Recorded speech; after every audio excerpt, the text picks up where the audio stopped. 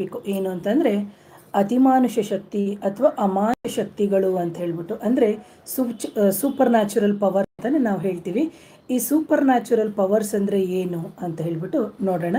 Super natural powers ಅಂತಂದರೆ ಅಥವಾ ಅತಿಮಾನುಷ ಶಕ್ತಿ ಅಂತಂದರೆ ಇದು unable to be explain by the science ಅಂತಲೇ ಹೇಳ್ತೀವಿ.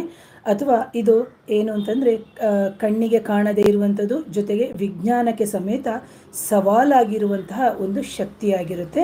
ಸೊ ಇದನ್ನು ಬಂದು ನಾವು ಅತಿಮಾನುಷ ಶಕ್ತಿ ಅಥವಾ ಅಮಾನುಷ ಶಕ್ತಿ ಅಥವಾ ಸೂಪರ್ ನ್ಯಾಚುರಲ್ ಪವರ್ಸ್ ಅಂತಲೇ ನಾವು ಹೇಳ್ತೀವಿ ಪ್ರಿಯ ವೀಕ್ಷಕರೇ. ಸೊ ಇದು ಅತಿಮಾನುಷ ಶಕ್ತಿ ಇದು ಹೇಗೆ ಉಂಟಾಯಿತು ಅಂತ ಹೇಳಬೇಕಾದ್ರೆ ಇದು ಕಮ್ ಫ್ರಮ್ ಮ್ಯಾಜಿಕ್ ಗಾಡ್ಸ್ ಅಂತಲೇ ಹೇಳ್ತೀವಿ. ಅಂದರೆ ಇದು ಬಂದು ದೇವತೆಗಳೇ ಅಥವಾ ದೇವರುಗಳೇ ಅಥವಾ ಶಿವ ಮತ್ತು ಶಕ್ತಿ ಅಂತ ನಾವೇನು ಹೇಳ್ತೀವಿ ಅವರೇ ಇದನ್ನು ಸೃಷ್ಟಿ ಮಾಡಿರುವಂಥದ್ದು ಅಂತ.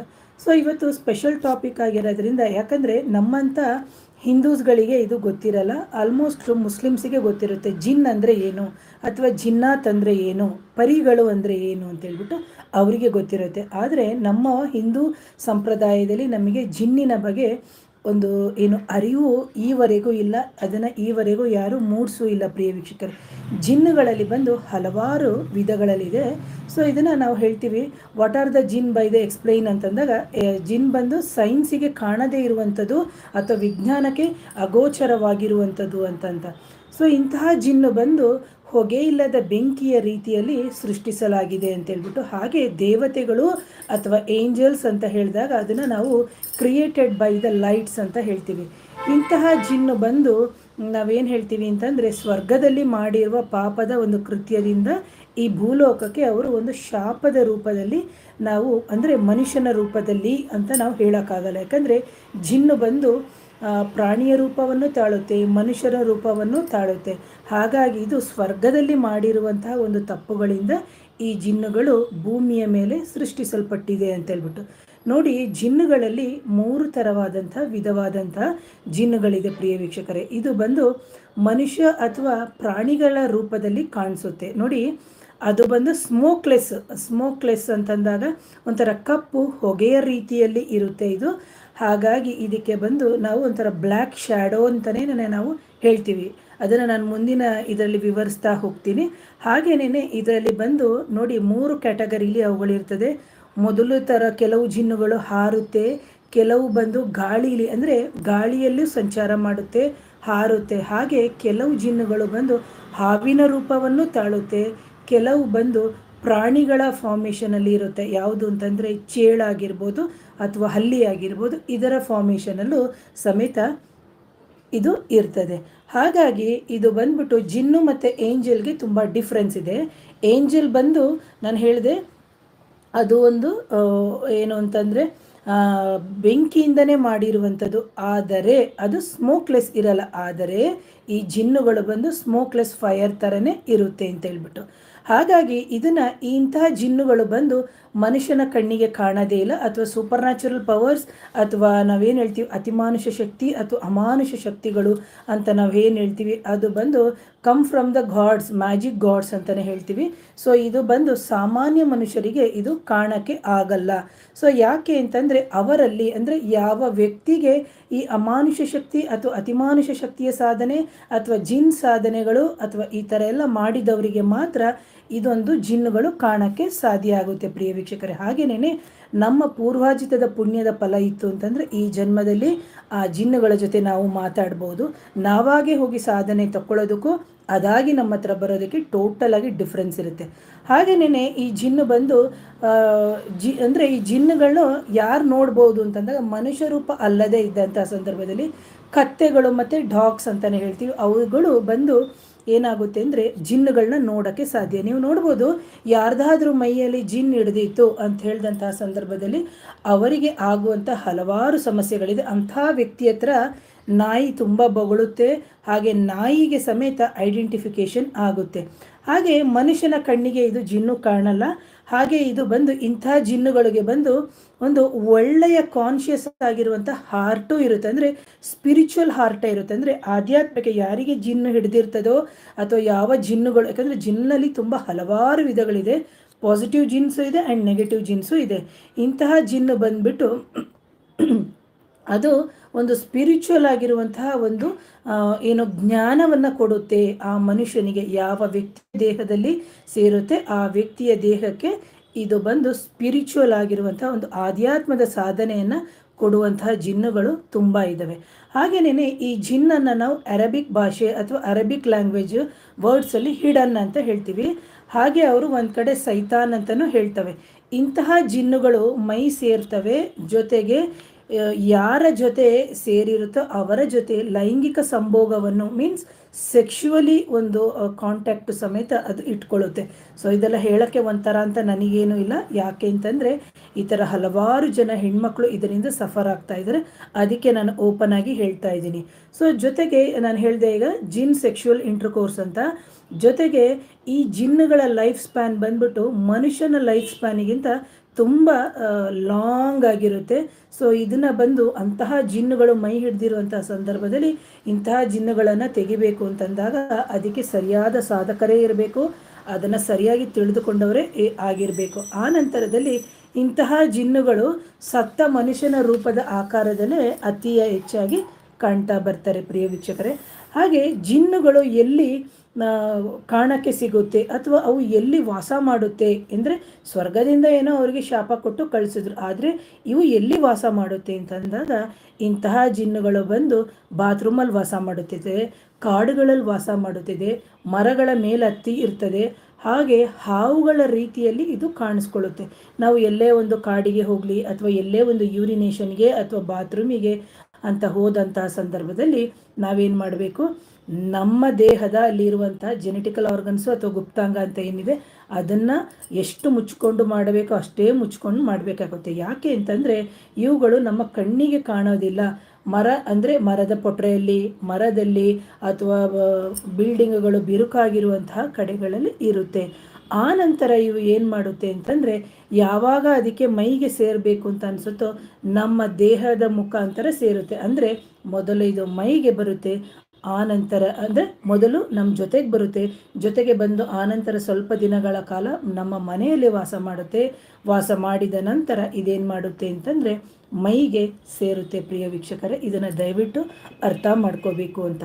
ಹಾಗೇನೇ ಇದು ಇಂತಹ ಜಿನ್ನುಗಳು ಯಾರನ್ನ ಅಟ್ರ್ಯಾಕ್ಟ್ ಮಾಡುತ್ತೆ ಅಂತಂತ ನೋಡಿ. ಯಾರೋ ಹೆಣ್ಣು ಮಕ್ಕಳು ಅತಿ ಹೆಚ್ಚಾಗಿ ಪರ್ಫ್ಯೂಮ್ ಯೂಸ್ ಮಾಡ್ತಾರೆ, ಜಾಸ್ಮಿನ್ ಅಂದರೆ ಮಲ್ಲಿಗೆ ಹೂವನ್ನು ಮುಡಿತಿರ್ತಾರೆ, ಜೊತೆಗೆ ತುಂಬ ಸ್ಮಾರ್ಟ್ ಆಗಿರುವಂತಹ ಹೆಣ್ಮಕ್ಳು, ಆಮೇಲೆ ಜೊತೆಗೆ ಲಾಂಗ್ ಹೇರ್ಸ್ ಆಗಿರುವಂಥ ಹೆಣ್ಮಕ್ಳು, ಆಮೇಲೆ ಎಷ್ಟೋ ಜನ ಹೆಣ್ಮಕ್ಳು ನೋಡ್ಬೋದು ಬರೀ ಮೈಯಲ್ಲಿ ಮನೆಯಲ್ಲಿ ಅಂದರೆ ಚಿಕ್ಕ ಚಿಕ್ಕ ಚಡ್ಡಿಗಳು ಹಾಕ್ಕೊಳ್ಳೋದು, ಚಿಕ್ಕ ಚಿಕ್ಕದಾಗಿ ಈ ಥರ ಸ್ಲೀವ್ಗಳು ಹಾಕ್ಕೊಳ್ಳೋದು, ಆ ಥರ ಎಲ್ಲ ಇದ್ದಾಗ ಅವು ಅಟ್ರ್ಯಾಕ್ಟ್ ಮಾಡ್ಕೊಳ್ಳುತ್ತೆ. ಅಂದರೆ ಅಂತಹ ಹೆಣ್ಮಕ್ಕಳನ್ನು ಅಟ್ರ್ಯಾಕ್ಟ್ ಮಾಡುತ್ತೆ.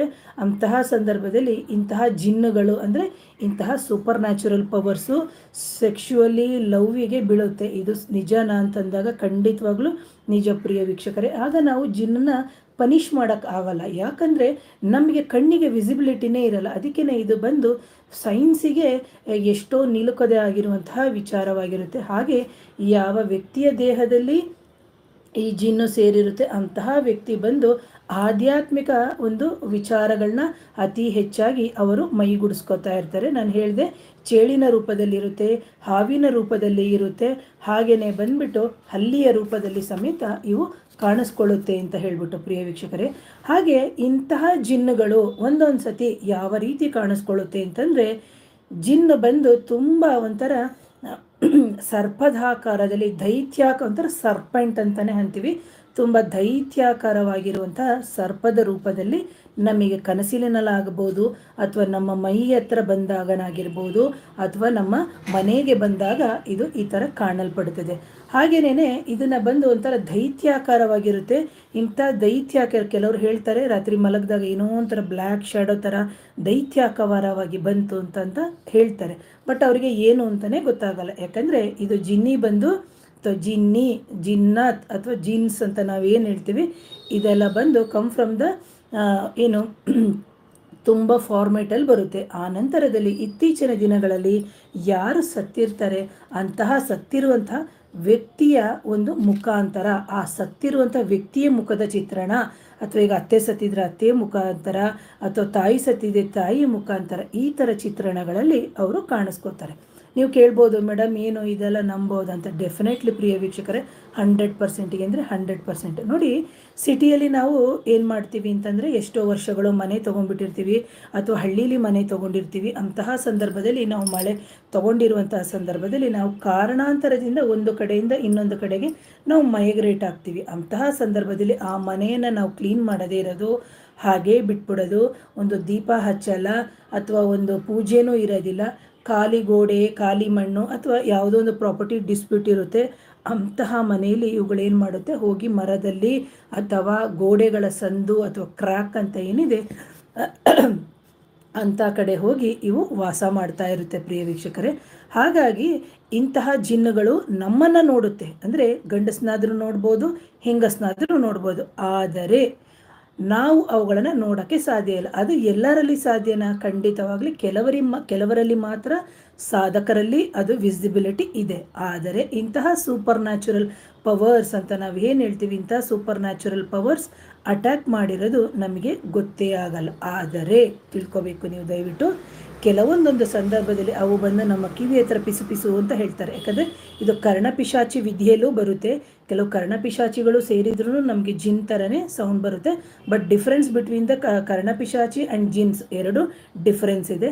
ಹಾಗಾಗಿ ಅವಕ್ಕೆ ನಾವು ಜೋರಾಗಿ ಮಾತಾಡೋದು ಕೇಳುತ್ತೆ, ನಾವು ತಿನ್ನೋದು ನೋಡ್ತದೆ, ನಾವು ಕುಡಿಯೋದು ನೋಡುತ್ತೆ, ನಾವು ಬರೀ ಮೈಯಲ್ಲಿರೋದು ಕಾಣುತ್ತೆ, ಅಥವಾ ನಾವು ಯಾವ ಜಾಗಕ್ಕೆ ಹೋಗಿದ್ದೋ ಅಂತ ಗೊತ್ತಾಗುತ್ತೆ. ಆದರೆ ನಮಗೆ ಮಾತ್ರ ಯಾವುದೇ ಕಾರಣಕ್ಕೂ ನಾವು ಯಾವ ಜಾಗಕ್ಕೆ ಹೋಗ್ತಾ ಇದ್ದೀವಿ, ಅದು ನಮ್ಮ ಜೊತೆ ಬರ್ತಾ ಇದೆಯಾ ಅಥವಾ ಈ ಥರ ಅದಕ್ಕೆ ಗೊತ್ತೇ ಆಗಲ್ಲ. ಅಂದರೆ ಅವಕ್ಕೆ ಗೊತ್ತಾದ್ರೂ ನಮಗೆ ಗೊತ್ತಾಗಲ್ಲ. ಹಾಗಾಗಿ ಕೆಲವೊಂದೊಂದು ತಮ್ಮ ಕೋಪಕ್ಕೆ ಬಂದು ಸೇರುತ್ತೆ, ಕೆಲವು ತಮ್ಮ ಆಸೆಗೆ ಬಂದು ಸೇರುತ್ತೆ. ಎಕ್ಸಾಂಪಲ್ಸ್, ಕೋಪ ಅಂತಂದಾಗ ಏನು, ಈಗ ಎಲ್ಲೋ ಒಂದು ದೈತ್ಯಾಕಾರವಾಗಿರುವಂತಹ ಒಂದು ಮರ ಇತ್ತು, ಆ ಮರದ ಮೇಲೆ ಸರ್ಪಾಕಾರವಾಗಿ ಆ ಜಿನ್ನು ಇತ್ತು. ಅಂತಹ ಸಂದರ್ಭದಲ್ಲಿ ನಾವೇನು ಮಾಡ್ತೀವಿ, ಅಂತಹ ಜಿನ್ನಿನ ಅಥವಾ ಜಿನ್ನಾತನ ಒಂದು ಮರವನ್ನು ನಾವು ಕಟ್ ಮಾಡಿ ಹಾಕುವಂಥ ನಾವಲ್ಲಿ ಮನೆಯನ್ನು ಕಟ್ಕೋತೀವಿ. ಅಂತಹ ಸಂದರ್ಭದಲ್ಲಿ ನಮಗೇನಾಗುತ್ತೆ, ಅದು ತಾನಾಗೆ ಮನೆಯೊಳಗಡೆ ಬರುತ್ತೆ, ಆ ನಂತರದಲ್ಲಿ ಮೈ ಹಿಡುತ್ತೆ. ಈ ಥರ ತೊಂದರೆಗಳಾಗೋದ್ರಿಂದ ನಮ್ಮ ದೇಹದಲ್ಲಿ ಹಲವಾರು ತೊಂದರೆಗಳು ಆಗುತ್ತೆ ಪ್ರಿಯ ವೀಕ್ಷಕರೇ. ಮರ ಕತ್ತರಿಸಿನೂ ಆದರೂ ಆಗ್ಬೋದು. ಹಾಗೆ ಅಂತಹ ಜಾಗದಲ್ಲಿ ನಾವು ಮನೆ ಕಟ್ಟಿರುವಂತಹ ಈಗ ನನ್ನ ಜಾಗನೇ ಅಂತ ಅಂದ್ಕೊಳ್ಳಿ, ನಾನೊಂದು ಸ್ವಂತ ಮನೆ ಕಟ್ಟಿರುವಂತಹ ಜಾಗದಲ್ಲಿ ಇನ್ನೊಬ್ಬ ವ್ಯಕ್ತಿ ಬಂದು ಕಟ್ಟಿದ್ರೆ ನಾವು ಬಿಡ್ತೀವ ಅಥವಾ ನೀವು ಬಿಡ್ತೀರಾ? ನಾವು ಹೇಗೆ ದಬ್ಬಾಳಿಕೆ ಮಾಡ್ತೀವೋ ಅಥವಾ ಹೇಗೆ ಗಲಾಟೆ ಮಾಡ್ತೀವೋ ಅದೇ ರೀತಿ ಅವು ಗಲಾಟೆ ಮಾಡುತ್ತೆ. ಅಂದರೆ ಯಾವ ರೀತಿ ಗಲಾಟೆ ಮಾಡುತ್ತೆ, ಕನಸಿನ ಮುಖಾಂತರ ಬಂದು ಚೇಡ್ಸೋದು, ಅಥವಾ ನಮ್ಮ ಬಟ್ಟೆಗಳನ್ನು ಎಳೆಯೋದು, ಅಥವಾ ಲೈಟ್ ಹಾಕೋದು, ನೀರು ಬಿಡೋದು, ಕಿವಿ ಹತ್ರ ಬಂದು ಪಿಸು ಪಿಸು ಅನ್ನೋದು, ಶಬ್ದ ಮಾಡೋದು, ಈ ಥರ ಎಲ್ಲ ಒಂದು ಅಗೋಚರವಾಗಿರುವಂತಹ ವಿಸಿಬಿಲಿಟಿ ಆಗದೇ ಇರುವಂತಹ ಒಂದು ಚಿತ್ರಣವನ್ನು ನಮ್ಮ ಜೀವನದಲ್ಲಿ ತಂದಿಡುತ್ತೆ. ಆದರೆ ನಾವು ಯಾರೂ ನಂಬೋದಿಲ್ಲ. ಹಾಗೇನೇ ಹೇಳಿದೆ ಕೋಪಕ್ಕೆ ಅಂತ. ಹಾಗೇನೇ ಕೆಲವೊಂದೊಂದು ಜಿನ್ಗಳು ಏನು ಮಾಡುತ್ತೆ ಅಂತಂದರೆ, ಹೆಣ್ಣಿನ ದೇಹದ ಅಟ್ರಾಕ್ಷನ್ಸ್ ಅಂತ ನಾವೇನು ಹೇಳ್ತೀವಿ, ಆ ದೇಹವನ್ನು ಭೋಗಿಸಲಿಕ್ಕೆ, ಆ ದೇಹವನ್ನು ಸುಖಿಸಲಿಕ್ಕೆ ಅಥವಾ ಸೆಕ್ಷುವಲಿ ಇಂಟರ್ಕೋರ್ಸ್ ಮಾಡೋದಕ್ಕೇನೆ ಕೆಲವು ಜಿನ್ನುಗಳು ಬಂದು ಸೇರುತ್ತೆ. ಇಂತಹ ಜಿನ್ನು ಸೇರಿಕೊಂಡಾಗ ಖಂಡಿತವಾಗ್ಲೂ ಗೊತ್ತೇ ಆಗಲ್ಲ ಪ್ರಿಯ ವೀಕ್ಷಕರೇ.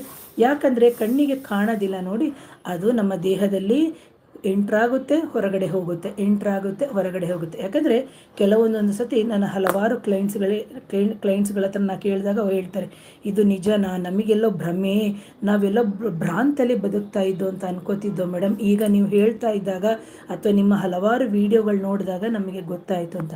ಸೊ ಹಾಗಾಗಿ ಈ ಜಿನ್ನಿನ ಬಗ್ಗೆ ನಾನು ಎಲಾಬ್ರೇಟಾಗಿ ಹೇಳಿದ್ದೀನಿ.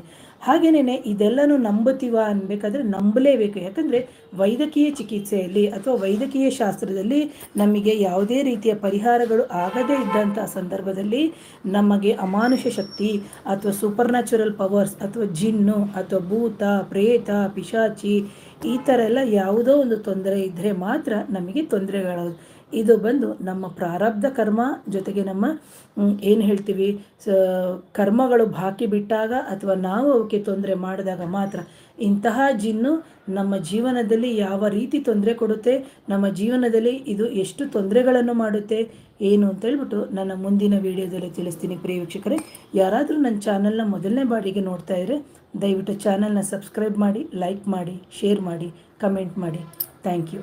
ಹಾಗೆಯೇ ಯಾರಿಗಾದರೂ ಇದರ ಸಮಸ್ಯೆ ಇದ್ದವರು, ಸೂಪರ್ ನ್ಯಾಚುರಲ್ ಪವರ್ಸ್ ಆಗಿರ್ಬೋದು, ಬ್ಲ್ಯಾಕ್ ಮ್ಯಾಜಿಕ್ ಆಗಿರ್ಬೋದು, ಅಥವಾ ತಾಂತ್ರಿಕ ತೊಂದರೆಗಳಾಗಿರ್ಬೋದು, ಮಾಂತ್ರಿಕ ತೊಂದರೆಗಳಾಗಿರ್ಬೋದು, ವಾಟೆವರ್ ಏನೇ ದೈಹಿಕವಾಗಿ ವೈಯಕ್ತಿಕ ವಿಚಾರವಾಗಿ ಹಾಸ್ಪಿಟ್ಲಲ್ಲೆಲ್ಲ ನಾರ್ಮಲ್ ಇದ್ದು ಈ ಥರ ತೊಂದರೆಗಳಿತ್ತು ಅಂತಂದಾಗ ನೇರ ಕರೆ ಬೇಡ, ವಾಟ್ಸಪ್ ಮುಖಾಂತರ ಮೆಸೇಜ್ ಮಾಡಿಬಿಟ್ಟು ಆ ನಂತರ ಕನ್ಸಲ್ಟೇಷನ್ಗೆ ಬರ್ಬೋದು. ಪ್ರಿಯ ವೀಕ್ಷಕರೇ, ಯಾರು ಕರೆಗಳನ್ನ ಜಾಸ್ತಿ ಮಾಡೋಕ್ಕೆ ಹೋಗ್ಬೇಡಿ, ಯಾಕಂದರೆ ಬೇಡದೇ ಇರೋದೇ ವಿಷಯಗಳು ಜಾಸ್ತಿ ಬರುತ್ತೆ. ಹಾಗಾಗಿ ನಿಮಗೆ ಈ ವಿಷಯ ಎಷ್ಟು ಸೂಕ್ತವಾಗಿದೆಯೋ ಹಾಗೆ ಇನ್ನೂ ಹಲವಾರು ಜನಕ್ಕೆ ಶೇರ್ ಮಾಡಿ ಅಂತ ಹೇಳ್ತೀನಿ ಪ್ರಿಯ ವೀಕ್ಷಕರೇ. Once again thank you. ನಮಸ್ತೆ.